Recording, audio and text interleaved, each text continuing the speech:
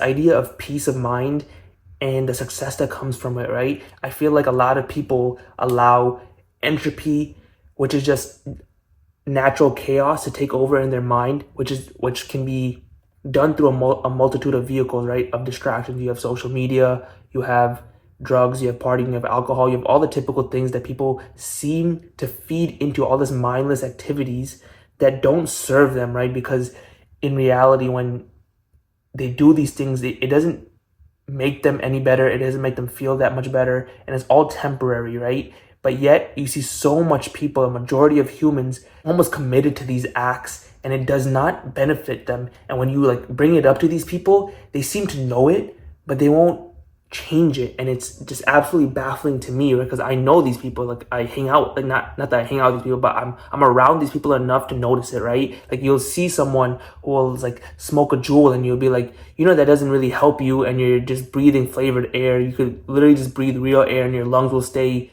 healthy, right? And they'll be like, yeah, I know, but I can't seem to help it. But it's like, yeah, you can. You just don't want to help yourself. You're so unconscious to the problems that you have. And it's this idea that I've been reading about from like Dan Coe, Naval Ravikant, and just, I remember a quote, I forgot who said it, but it's like, most men, it went along the lines of like, most men cannot find success in their life or freedom because they aren't able to sit by themselves for 30 minutes.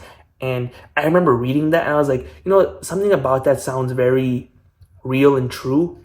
For some reason, I never applied it to myself. I never went about and just sat down for 30 minutes, but it's because I knew I wasn't going to be able to, right? And even if I did, after like 5-10 minutes, I found myself on my phone. I found myself hungry. I found myself like all types of bullshit, right? Because I literally I was not someone who was able to do those things, right? In his book, The Almanac of Naval Ravikant, he talked about this idea that I read, and it just heavily resonated with me because I know people like this. He talked about this idea that the attraction of drugs, right? People who take like cannabis, psychedelics, and alcohol are all trying to avoid this sort of mental state. The idea of like being able to really sit down and think about themselves, think about life, think about everything, right? And it's like drinking alcohol will temporarily have you drunk, or what, you'll be able to get out of your mental state. Same thing with psychedelics, same thing with cannabis, right? It allows you to zone out. The mental state people want to avoid can be done through those sorts of substance abuses. But the mental state that these people are avoiding are literally the exact problems that they are going through, and they will continue going through. Either this can just temporarily solve the problem because you're able to ignore them, you're able to push them away just for a little bit longer, but as soon as the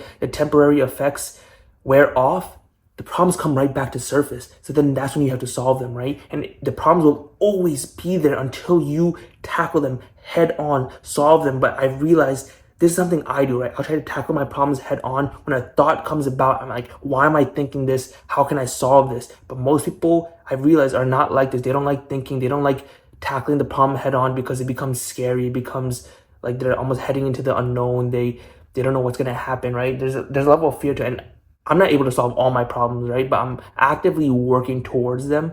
But people just don't want to do that. It's sad because I know what problems they're going through and I want to help them, but I can only help them so much because they need to help themselves. At the end of the day, everybody's in control of their own life and faith. And I can't, like, you can lead a horse to water, but you can't force it to drink it, right? And so it's like, it genuinely sucks. Most people solve their issue of boredom, which is a common problem amongst humans at all times, with mindless activities. So someone who is bored, instead of doing something productive and mindful that will eventually either solve the problem of boredom or give them something to work on continuously, allow them to go through evolution of themselves, have self-improvement, personal development, they engage in mindless activities that don't allow them any real long-term growth. It's all short-term gratification instead of long-term satisfaction, right? And so like alcohol, weed, or whatever, right? All of these things are very temporary. Within the day, you're already like the highs, the drunk is already wearing off. Whereas like if you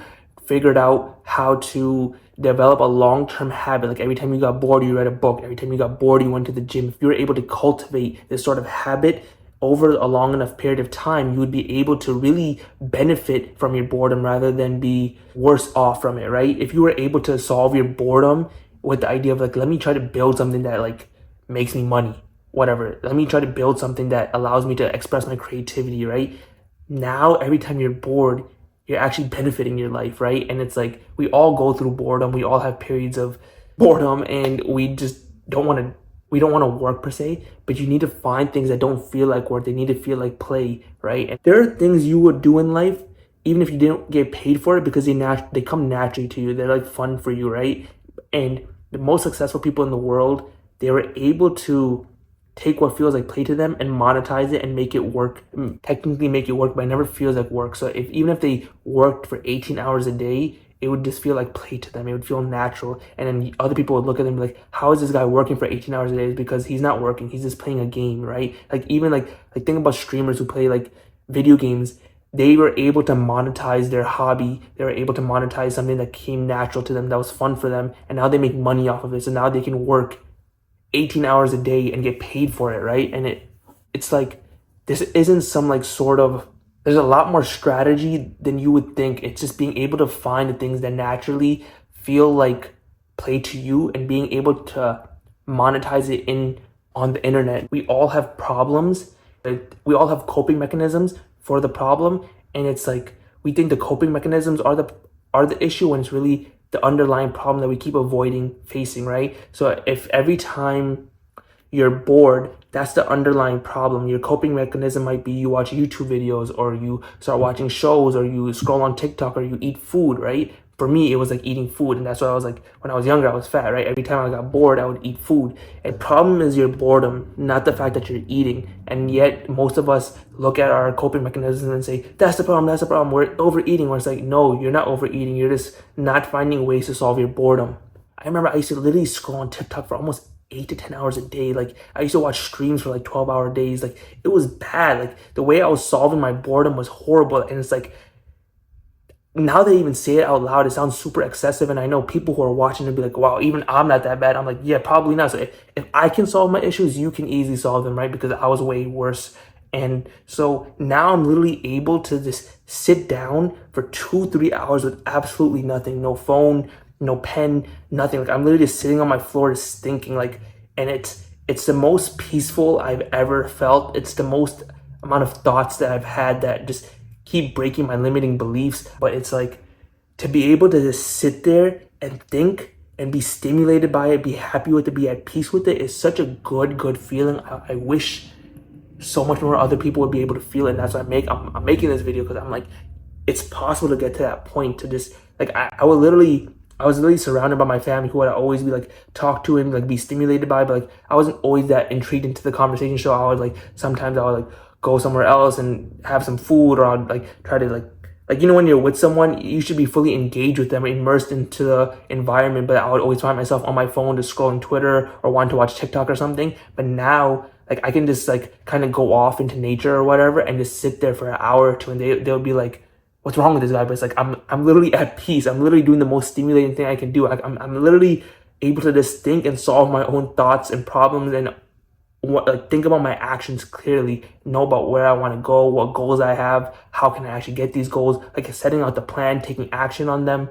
And it's just so fruitful and nice. You have like such high levels of clarity, and you're also just not a victim of consumerism, right? Whether that means like buying every product, or going out to eat all the time, or watching every video that comes out. It's like, when you're at peace with yourself, when you're at peace with your mind and your brain, and you're not scared anymore of those like daunting tasks or daunting thoughts that can really like cause entropy to take over, or you're shivering or like scared because you're like, oh, that's a problem I cannot deal with right now. It's like, no, it's like every problem that I have now, I want to face it right away. I want to face it head on, because I know I can. And all I need to do is just sit there for an hour or two and really think about it.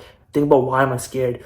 I'm literally so conscious. I can literally feel a thought coming or a problem coming, and instead of like running from it, I'm ready to just fight it immediately. And it's so beautiful, man. I'm telling you, I want everybody to get to this like level of like consciousness, awareness, and it's possible. It's just, you need to start cutting out the noise. You need to start doing all the little things that these very successful people tell you to do. It's not because those habits are going to make you successful. It's the outcome of those things, right? Cutting out music so that, you know, you're like vibrational frequency doesn't get messed up, or really is just like the thoughts that are expressed in those music are not affecting you anymore. Meditating so you're able to focus more, reading books so you're able to not only amass more information but do a low stimulating activity rather than like read people's Twitter thoughts or scroll through TikTok mindlessly, which is just ruining your ability to focus and really allocate your attention to the proper things in life. All these little habits and things that you need to do are to get you to a point where you're not scared of your mind anymore and you're able to just tackle things.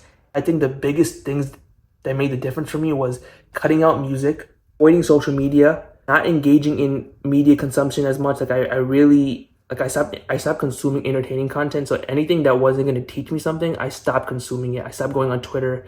I stopped using TikTok and Instagram for a while. I stopped watching TV shows. I don't watch movies, right? And then reading books, because not only do you get the information, but it's a low stimulating activity. And just doing meditation, which really, really moved the needle. I wish I did that way earlier, but I thought it was too hard to do. I didn't understand how simple the concept was, which is just literally to sit there and breathe and focus on nothing besides your breath. If you can just do that over enough time, you'll literally learn how to focus. You'll literally be able to you'll become conscious enough to see your thoughts flowing in, the problems flowing in, how to solve them. It's so fucking weird and crazy, but it's all there, right? Being more conscious of like human psychology, being more conscious of spirituality. Like if you can just like all those things that I just mentioned, if you just do those things, eventually you'll get to the point where your mind is literally a weapon, and it's so fruitful. You have so much clarity. It's so nice, and it's like you start seeing the world in a different manner when you see people who are just like very mindless,